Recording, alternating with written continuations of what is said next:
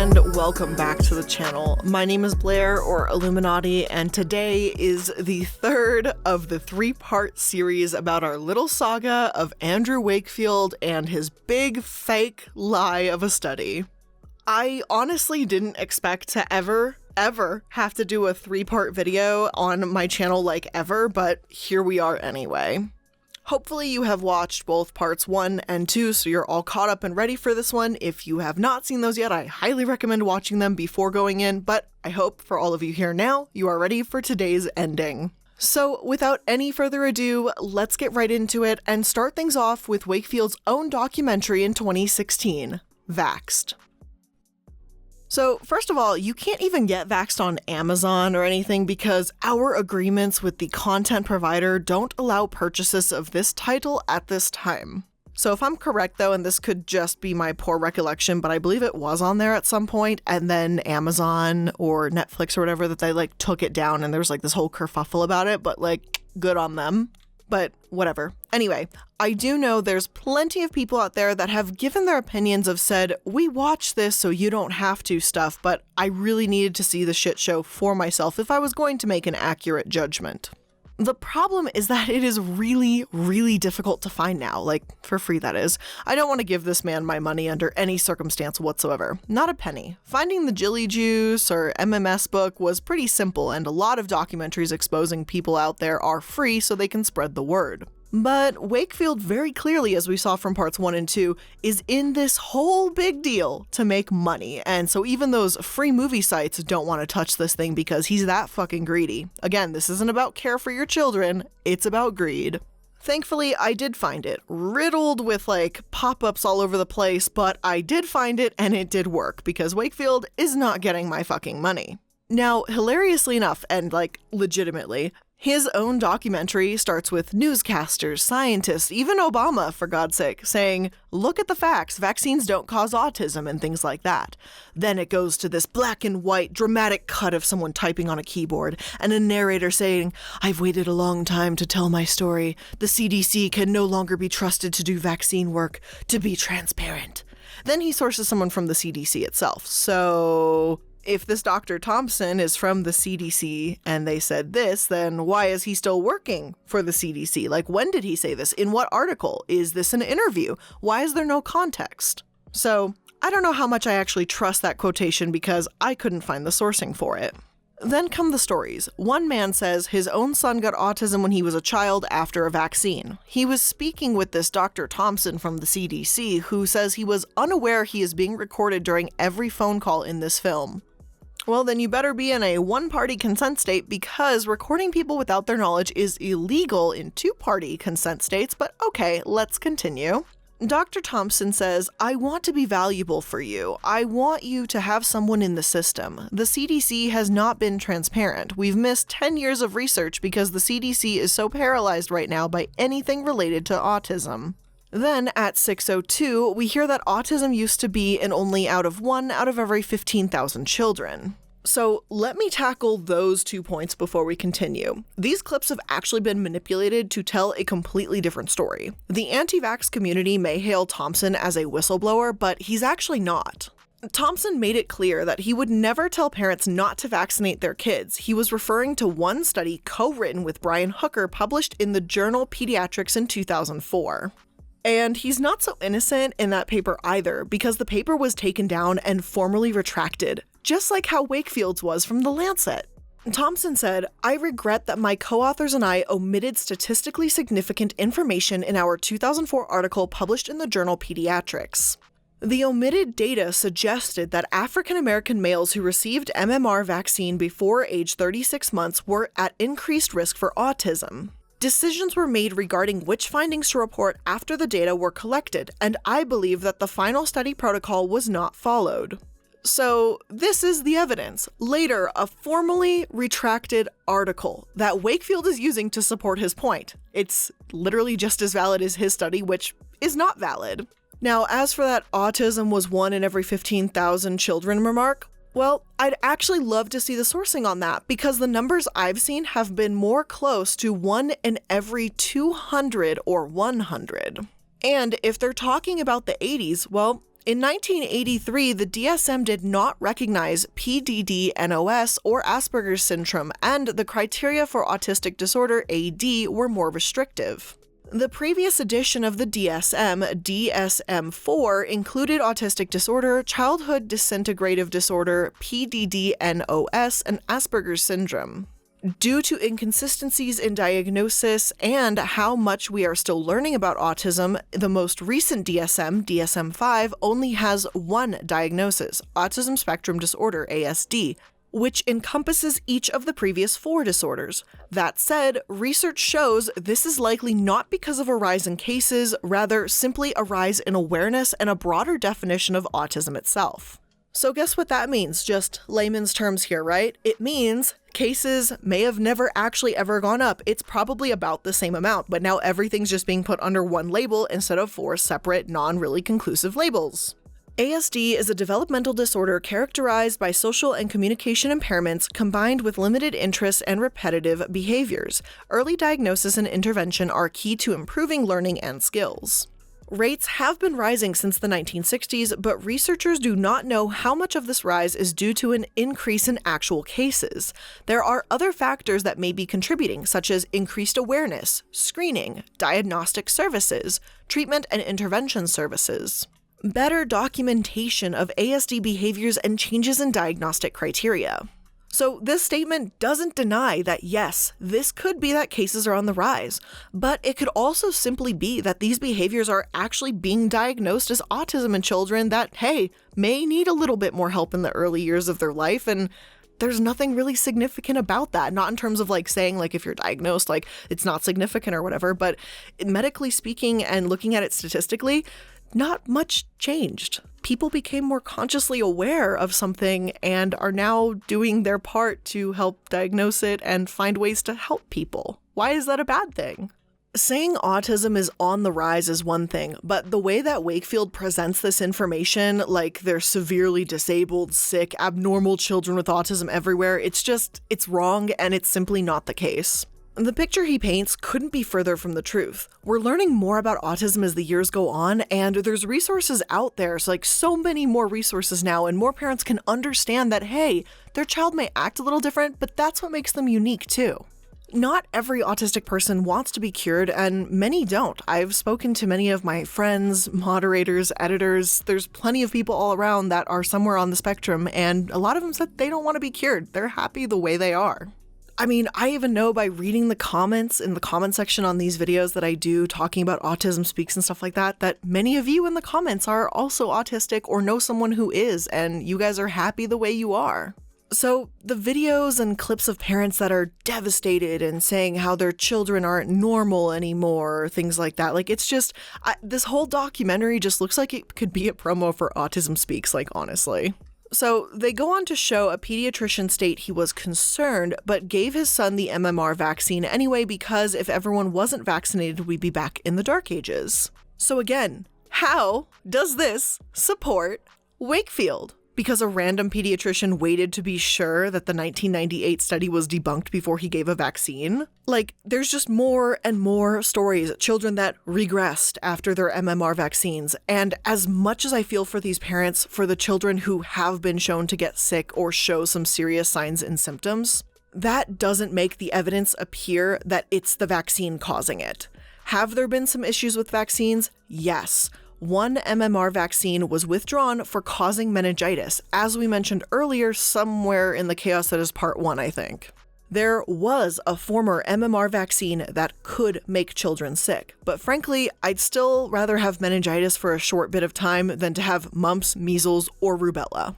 But those vaccines are no longer being used, and Wakefield is still trying to discredit MMR altogether. He's feeding off of these old fears and trying to say, oh look, it happened before, so it can happen again with autism this time. Instead of facing the reality that that former vaccine that had 1 or 2 issues or whatever it was is no longer being used, and instead of trying to assure patients or use proper unbiased testing of MMR, he's just trying to push his own formulas for profit. Wakefield goes on to say how problems with the vaccine, the MMR vaccine, had been airbrushed, and he can't support the use of MMR with his research. The dean at the infamous press conference in 1989 did ask Wakefield about his concerns with the vaccine. Wakefield claims all he did say was how the MMR should be split into single doses. Now, there's actually two problems with splitting the MMR into single doses. The first is that it actually delays effectiveness against all three illnesses if you do that. The other is that in the United States, we only have the MMR. We don't have a measles, mumps, and then a rubella vaccine, just the MMR, which honestly could explain why I so often hear the whole just abandon vaccines altogether from the anti-vaxxers in the US. Maybe, I don't know, because there isn't a more moderate option available. Gotta wonder about that, though we will touch on it in just a bit. Wakefield says how people wouldn't agree to single-use vaccines to protect the program. It would destroy the MMR program. All that acting as if he's uncovering something horrible, and how all these people care about is money. Which again is rich, coming from the guy that was falsifying evidence for his studies that would benefit his own vaccines that would make him boatloads of money. Like, look, if this program wanted to make money, if all they cared about was the greed factor, wouldn't 3 shots be pricier than 1? Like, does Wakefield not know that 3 is a bigger number than 1? I don't know. There's more stories from parents, one pair that started a magazine called Autism File because they weren't getting answers. Now, obviously, I can't sit down with every single parent of an autistic child, but I feel like if you ask the question, what causes this, over and over and over, and you don't get an answer, or at least like an answer that you don't like, isn't it possibly just ever so slightly your fault for being unable to accept that we just don't truly know? When a baby is diagnosed with deafness, blindness, whatever it is, the questions should be, what can I do to give my child the best quality of life possible, and how can we get through these challenges together? Those are the types of questions that I feel most autistic parents, at least I hope, are asking. How do I adapt, and how do I help my child grow up in the best way that they can? All of that good stuff. But instead, what we see here are these types of parents in this film. They're just, why don't the doctors know how to fix Billy? And it's just frustrating to watch. Like, why can't you just accept your child is different and just love them all the same? That's still your child. That didn't change. There's more about this correlation and that study that was completely discredited, we mentioned earlier. Just gotta love that in a documentary that supposedly validated your claims. You use studies that have literally been retracted and proven false, but I really can't say I'm surprised either. But the real shitty part so far, I have to say, would be hearing this mother say how one of her 2 children is more talented than the other. She has twins, a boy and a girl. And the girl speaks French, plays piano, and she's an A student. She wasn't vaccinated because her mother left the doctor's office after her son was vaccinated. And her son, later diagnosed with autism, has the mental capacity of someone much younger and, as the mother says, can't even cross the street. This weeping mother sitting next to her son on his laptop while he watches Blue's Clues over piano music the twin is playing is such a tasteless picture to paint of autism. I know earlier I literally joked about how this could literally be a whole thing for Autism Speaks, but don't you see the similarities? Did Autism Speaks sponsor this? Because it's just yet another bleak, depressing picture of autism, and I won't lie, I'm getting real fucking sick of watching it if this is all they're going to do is just sit here and cry over her boy and falling further away from his dream, which is probably her dream anyway. Like, oh my god, I can't love my son as much because he has the autism. But my other daughter who does not have the autism, I love her dearly. Like, do you know, like, am I the only one that just, maybe I'm not putting my finger quite on it, but like, that's wrong. That's just not right. That's gross. I just get really, really, really gross vibes. But whatever. Anyway, with this attitude, it's literally no wonder that autism is seen as some horrific disorder. Like, what about his sense of humor? What about his smile? What about working with him to develop his communication skills further? Like, none of that? No? Okay. Anyway, Wakefield goes on to question the CDC and question if they committed fraud by getting their information from birth certificates instead of school records, changing the data that supposedly showed a correlation between African American children and autism. And I mean, yeah, there is a difference between races and rates of autism that is being studied, and it could be genetic, it could be environmental factors. We don't really know. That's why there's studies being done. But are you really going to fault them for not knowing this before studies, like verified studies, not falsified studies, come out? Like, really? But then you turn around and pat yourself on the back because you say you have an answer, accusing it of being a vaccine when you not only show a disproven study, but you also created a disproven study. We then hear a woman say vaccines aren't rigorously tested, and when they go to the doctors for vaccines, our children are being experimented on. Again, it's absolutely fucking rich, all coming out of a documentary made by a man that literally did experiment on children, and unethically, but okay. Let's type into Google, safety measures for vaccines, because Wakefield's little documentary says there aren't guidelines in place. But, oh no, what is this? Oh no, let's take a look. Vaccines go through testing and evaluation of the vaccine before it's licensed by the Food and Drug Administration and recommended for use by the Centers of Disease Control and Prevention. Monitoring the vaccine safety after it is recommended for infants, children, or adults. Now, Wakefield's argument, as I understand it, is that they don't know if it's safe unless something bad happens. They react to things. That's what they say in the documentary, just at about the 40-minute mark. Now, explain this to me. How the fuck would they know if it's safe? They just test it randomly on what? A sewer drain or something? And then the FDA is like, yeah, that sounds good. Let's recommend it for use. Like, how would you know if it works on people unless you had already experimented and gave it to people in trials and studies? They go through safety regulations and guidelines, but is Wakefield expecting the CDC to know if a vaccine is going to have health repercussions before they inject it into anybody in the studies? So, under his logic, when the coronavirus vaccine is eventually created and released, should the CDC just hold on to it because it might not be safe? And, you know, just like let the pandemic continue and let it kill people because, like, no, even though we've done clinical trials and tested and evaluated it with the FDA and submitted it for approval and all that good stuff, that means we can't predict the future of how every single person will receive this and react to it. Is that what he's actually expecting? That, like, what? It's just, this literally just goes on to further enforce how stupid his thought process is. So just let me continue. Before a vaccine is ever recommended for use, it's tested in labs. This process can take several years. FDA uses the information from these tests to decide whether to test the vaccine with people. During a clinical trial, a vaccine is tested on people who volunteer to get vaccinated. Clinical trials start with 200 to 100 volunteers, but eventually include thousands of volunteers. These tests take several years and answer important questions like, is the vaccine safe? What dose amount works best? How does the immune system react to it? Throughout the process, FDA works closely with the company producing the vaccine to evaluate the vaccine's safety and effectiveness.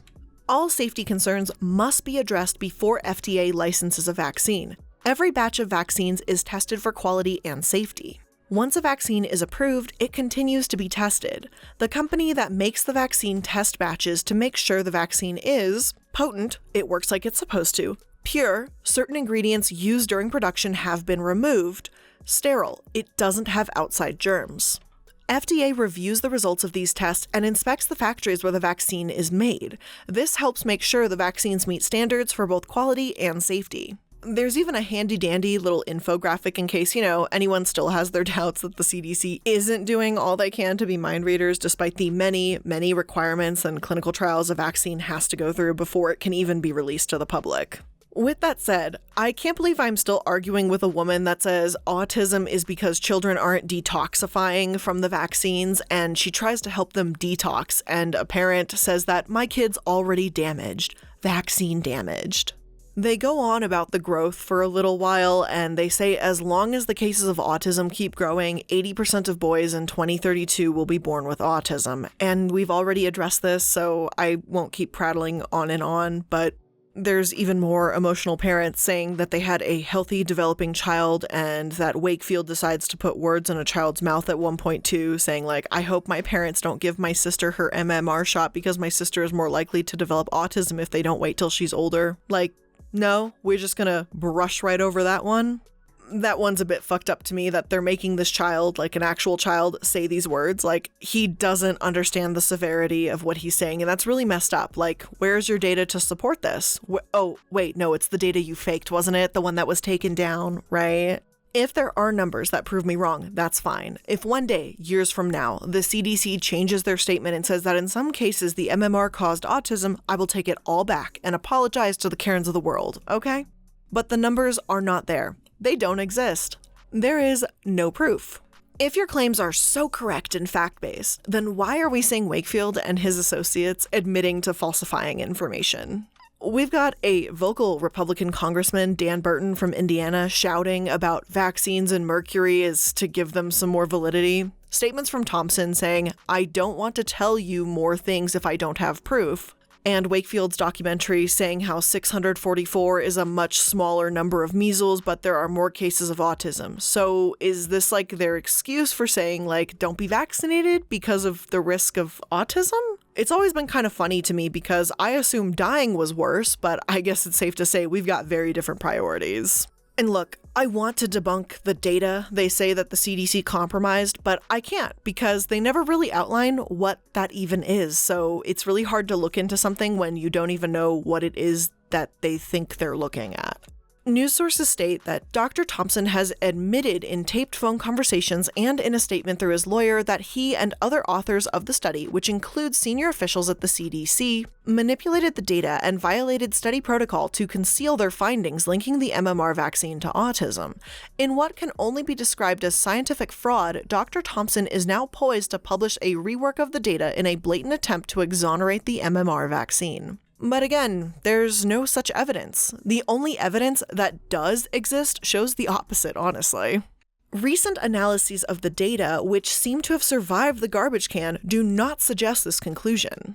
As Jim Frost, a statistician who evaluated the 2004 paper and reanalyzed the data in the above links noted, the criticism that the study discarded data from African American subjects just doesn't hold water. No data was discarded. For the subjects who were linked to birth certificates, the researchers performed additional analyses. In this light, I see a careful observational study that assessed the role of potential confounders. The events described in that quote occurred between August and September 2002. In 2002, and well before that time, data and analyses weren't retained only in hard copy versions. Indeed, hard copies of anything were and are fairly irrelevant for record keeping, and scientists tend to rely on well-backed-up digital versions for archiving. The idea that a group of scientists working for the US government in 2002 would somehow think that they could conceal data by discarding hard copies of anything defies belief and makes no sense, given the data was still available from the CDC. This isn't a fiction film noir, it's a multi-level bureaucracy with multiple levels of data backup, archiving, and storage. Digital copies of data are absolutely critical for protecting data integrity, per the US Department of Health and Human Services Office of Research Integrity.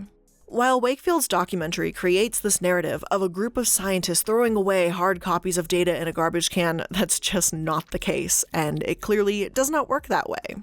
His documentary, as well as Congressman Bill Posey, call for Thompson to be subpoenaed and act as if it's so telling and so shady that Thompson is being silenced. Maybe he isn't being subpoenaed because no one wants to listen to his bullshit, because people know it isn't true by now? Well, thankfully and mercifully, we actually finished the documentary, at least I did. It was long, it was exhausting, and I did not actually punch any, holes in walls with my forehead by banging it so vigorously, but I really wanted to address pretty much every point that Wakefield made, so I don't have any crazy anti-vaxxers in the comments telling me that I avoided something. So from there, we can move on to our final topic in this 3-part series.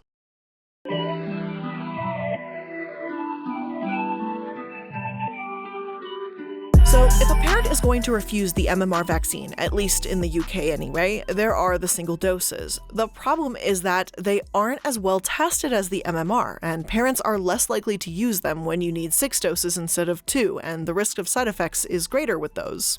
But when parents aren't even giving their kids tetanus shots, things have gotten so out of hand. But there is some hope.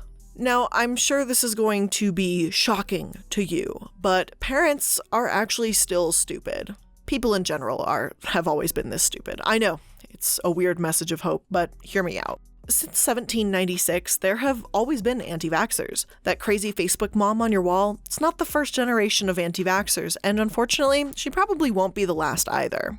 This era of anti-vaxxers was sparked on by a doctor, went viral, and involves far more complications and lies than anything people living in the 1700s went through, I'm betting.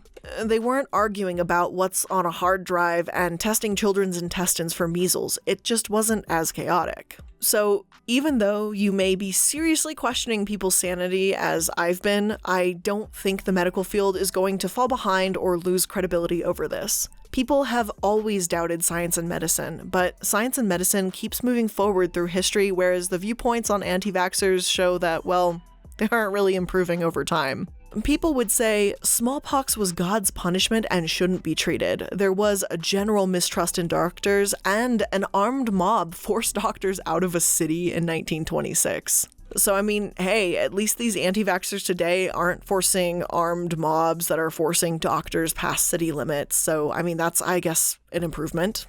But my point is that this is not the end of medicine. We're not suddenly moving backwards because of some stupid, uneducated Karens on Facebook. People have always been stupid. They are the minority, but they've always made themselves known. That's just the way it's always been. Well, as of today, Wakefield actually won an award 2 years ago, and I'm actually quite proud of him for this one, which I know, just give me a minute. 2 years ago, he won the Rusty Razor Award for pseudoscience and bad critical thinking. I always knew he could do it. He also tried to sue Brian Deere one more time in 2012, but that got thrown out too. He's in Texas now, continuing to spread his message and even lend his aid to anti-vax politicians. And that's about all we've seen from him recently, and I certainly hope that's all we ever see from him again. Parents may have been confused at first, seeing Wakefield come out with this publication in The Lancet. It was from a supposedly very credible source at the time, but now there's really no excuse. None of this information was particularly difficult to find except for Wakefield's documentary, and that was only because I didn't want to pay for the damn thing, and there's not many sites that are willing to carry it either. If you're going to do your research about autism and vaccines like the Karens on Facebook want you to, do, make sure that you do all of it. Not just the part that confirms your false narrative, just because you want something to blame, because you for some reason can't love your child as much just because they're a little bit different. Feeling wary and taking a couple days to do a few Google searches is one thing, but believing what a friend told you on the internet because of one discredited doctor that just happened to make a statement without evidence, that's a whole other issue. So here we are, finally, at the end of part 3, and I really hope you guys did enjoy this 3-part series about this. It's a pretty serious topic, and it's really important to me, and I know it's important to a lot of you as well.